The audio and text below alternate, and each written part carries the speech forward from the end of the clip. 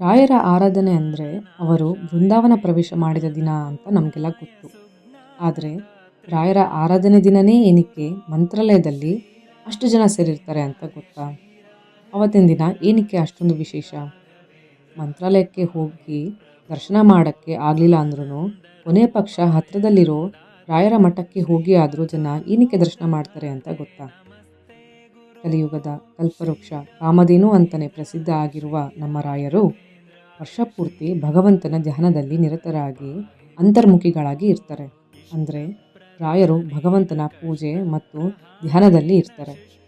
ಆದರೆ ಆರಾಧನೆ ದಿನ ಮಾತ್ರ ಬಹಿರ್ಮುಖಿಗಳಾಗ್ತಾರೆ. ಅಂದರೆ ಕಣ್ಣು ತೆರೆದು ತಮ್ಮ ದರ್ಶನಕ್ಕೆ ಬಂದ ಭಕ್ತರನ್ನು ನೋಡ್ತಾರೆ. ಅಷ್ಟು ಜನದಲ್ಲಿ ನಮ್ಮನ್ನ ಹೆಂಗೆ ನೋಡ್ತಾರೆ ಅನ್ಕೋಬೇಡಿ.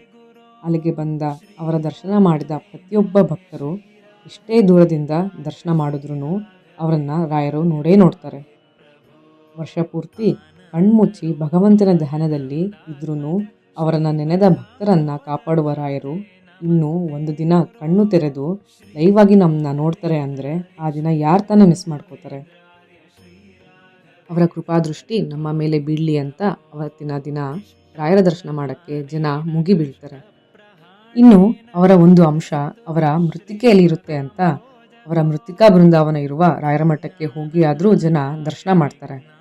ಅದಕ್ಕೆ ಆರಾಧನೆ ದಿನ ಜನ ಅಷ್ಟು ವಿಜೃಂಭಣೆಯಿಂದ ಆಚರಿಸ್ತಾರೆ. ಸೊ ಗೊತ್ತಾಯ್ತಲ್ಲ ರಾಯರ ಆರಾಧನೆ ಅಂದರೆ ಏನು, ಮತ್ತು ಅವತ್ತಿನ ದಿನ ಏನಕ್ಕೆ ಅಷ್ಟು ವಿಶೇಷ ಅಂತ. ಹೀಗೆ ಇನ್ನಷ್ಟು ವಿಚಾರಕ್ಕೆ ಫಾಲೋ ಮಾಡಿ.